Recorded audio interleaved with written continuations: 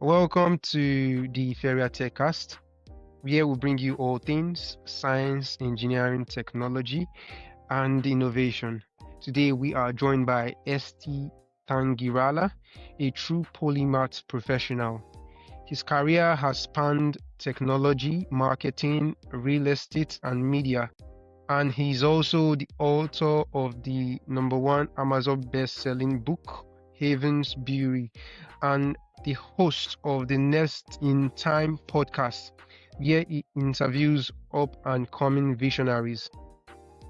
In this episode, we'll explore how blending technical skills with creativity and how personal insights can lead to unique breakthroughs and a more resilient career. So, ST, welcome to the show. Yeah, thank you, Ezekiel. How's it going? Yeah, it's going fine. So, quickly, let's dive in.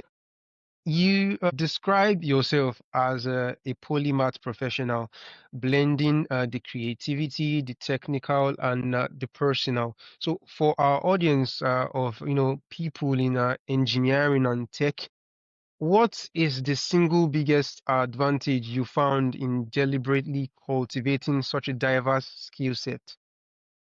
I think I could be able to spot problems much more easily than, let's say, if someone is just very into like the technical side of what they do. Let's say, for example, if you're an engineer and you just don't have any kind of, let's say, if you're only trained in how to, let's say, build things or maybe build software, hardware, or even manufacturing, you'll only be known, you will only experience the the technical side of like just building it without having to think like, okay, maybe I want to see how can I see this in a better way, or how can I, what's a better way of building this product rather than just having it be one kind of way. Because I think for me is I don't like to be very constrained by one particular method of doing things. I like to try different things and see where that turns out. So we're kind of like we're having this very entrepreneurial mindset. Great.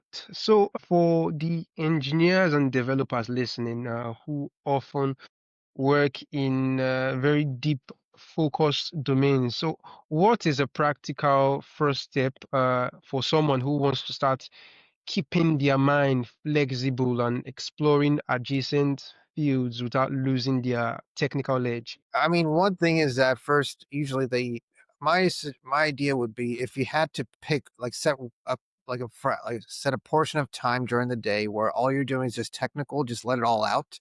And then you have to set another piece of time during another part of the day where you just go out and just like try to, think things through and see how could I make this better, or how can I, what's the one thing that others see that I don't see, or he's like, you have to see it in different perspectives, basically.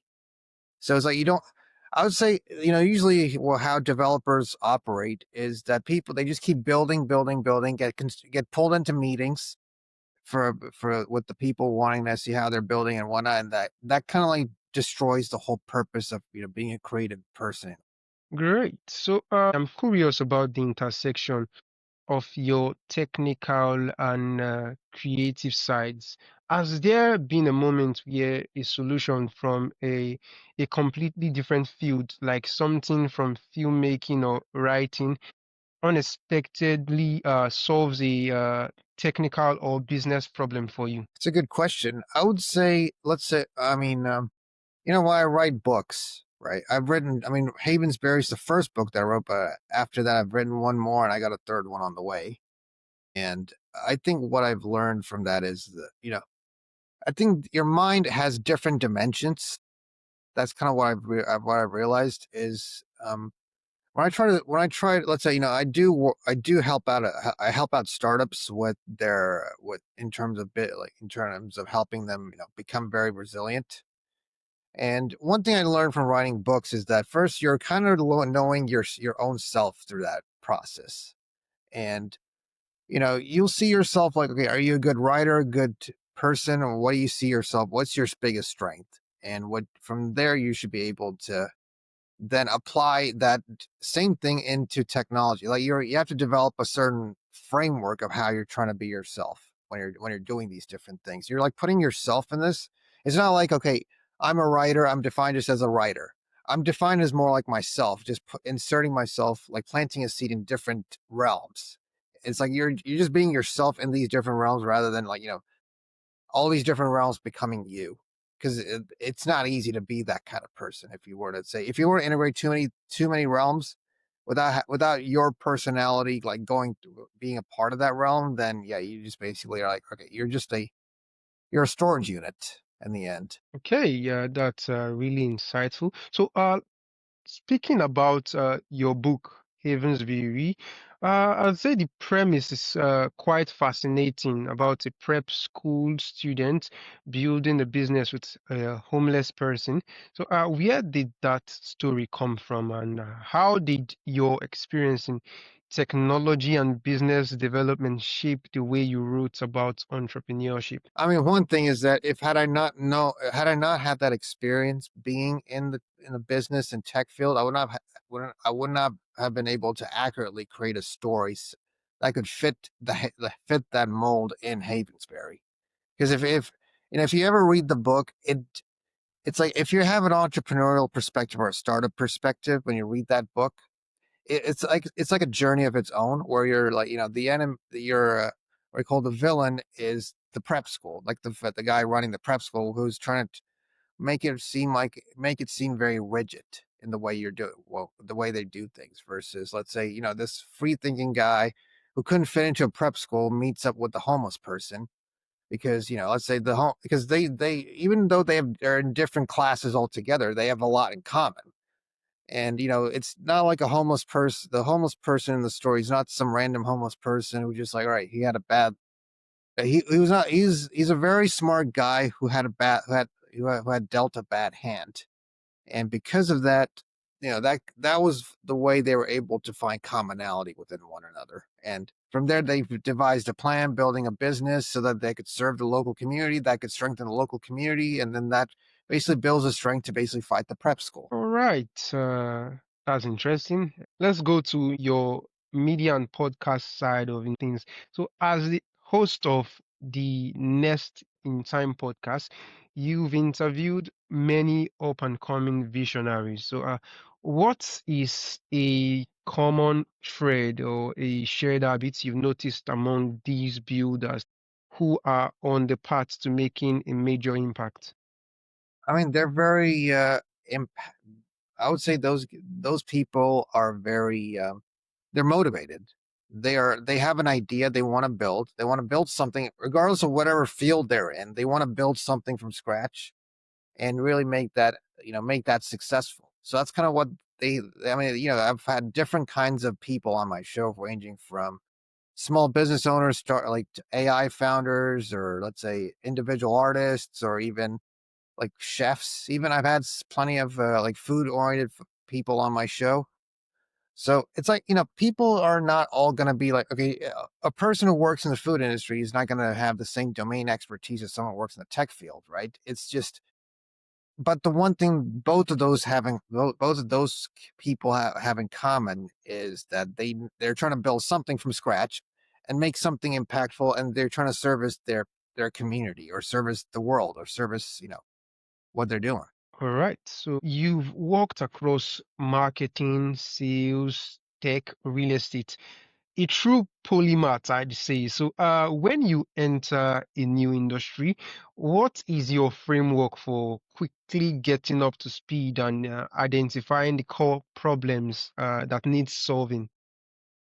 So first thing would be I need to first know what they're building and know the person who's working on this project. I gotta learn. I gotta be able to really know the domain knowledge of what they're doing. Not You don't have to be like a complete subject matter expert of that domain knowledge because here we move pretty fast and we can't in certain spaces they move so fast that even by the time you even get to know what they do, it's like they're already like miles ahead. So you have to take what's important and then be able to like you know cross reference from your previous work and put it all together and be able to then deliver on that. It's kind of what I'm doing with my startup, with a startup that I'm working on. It's called Sobo.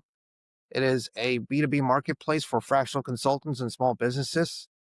And as a guy who has worked in that field, in servicing multiple fields, I've developed a lot of domain knowledge to be able to then use it to then help build a product like Sobo to do that. I mean, I'm not the founder, I'm the co-founder, but not the actual CEO of the company. But I've built enough domain knowledge from these different experiences to then apply it to what's needed for Sobo, and that's how we're able to move faster. Fantastic. So, in your view, what is one of the biggest misconceptions that people have about being a polymath? Is it lack of focus Yeah, or and is that's it the something else? I think the thing is that they believe that they're like Da Vinci. They're like, okay, they're like Michelangelo. They're like this intellectual guy who lives in an ivory tower. That's kind of how they perceive polymaths as. But in reality, I feel like everyone can be a polymath, or people. It's like anyone can be a Renaissance man if they just learn what they're, if they get if they just know, if they love what they do, and then just keep applying it across different fields and be able to, become successful at it. That's basically what they do. And also, Okay. I mean, and also, when you're trying to build different skill sets, it takes time. So it's like, okay, just learn one skill at a time rather than having to become completely immersed in everything. Like become what do you call it? You don't have to become Da Vinci. Actually, you just have to, find what you like doing, or develop the skills for it, and then just apply it. And then if you like to try different things, then you should be able to just then repeat the process. All right. So, for the young professionals in our audience who feel pressured to, hyper specialized to be successful, what is your counter argument for the value of a broader, more integrated approach to a career? I think that's a good question, because a lot of, especially when the traditional pathway is that one starts their career once they go to school at age 5, they graduate from high school at 18, they decide to go to college, and then from there someone has to hire them to work on their company. And that's, I think, our whole systems of education and training we're all marketed towards like this paradigm from like the industrial age, where we have to be cogs in a machine. You know, I think humanity had more say and contributions when it had it's like when people during the agricultural age, that was when, there was like the most amount of ingenuity out of humans came from the agricultural age, to be honest, to be. It's not during the information age, or not even during the industrial age. It was during the agricultural age. There's a lot of people. They just they were all they had to do was plant the crops, and they had time to really just think, figure things out for themselves, and either tend to their families. But I mean, the other thing was that they were fighting starvation and famine and everything put together. But the ones who were like the ones who just were who actually were able to bypass all that, they were able to, let's say, they were able to have time to just, think for themselves and build a way of life. There's like, prior to the Industrial Revolution, there was like a lot of intellectual thinkers that came about. So I would say, going for a lot of young people who feel pressured, I would say just don't feel pressured. Just have an alternative backup ready for you to pursue, so that in case, let's say, you just don't like what you just have to have you just have to have hobbies. You have to have what you like doing, so that then once that time comes where you feel like you want to make that shift, just be ready to jump into it. And hopefully by then, I think I think now, with today's age, where there's like white collar jobs being replaced by AI, it's good that, okay, it's time for there'll be a huge societal rearrangement in terms of how education is done and how everything is going. So I'd say, just hang in there, I would say. All right. So, looking at the future of work, do you believe the ability to connect disparate or different ideas and fields will become even more critical for the next generation of innovators? And why? Yeah, I think for a lot of people who want to live, we don't know what the future beholds, right?